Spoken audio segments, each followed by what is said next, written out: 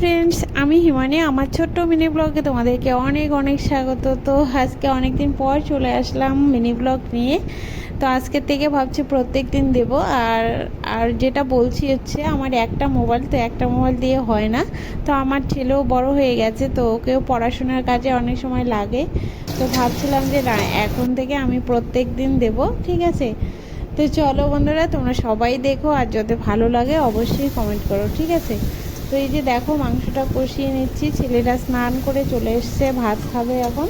তো তরকারিটা হয়ে গেলে তারপর খেতে বসবো।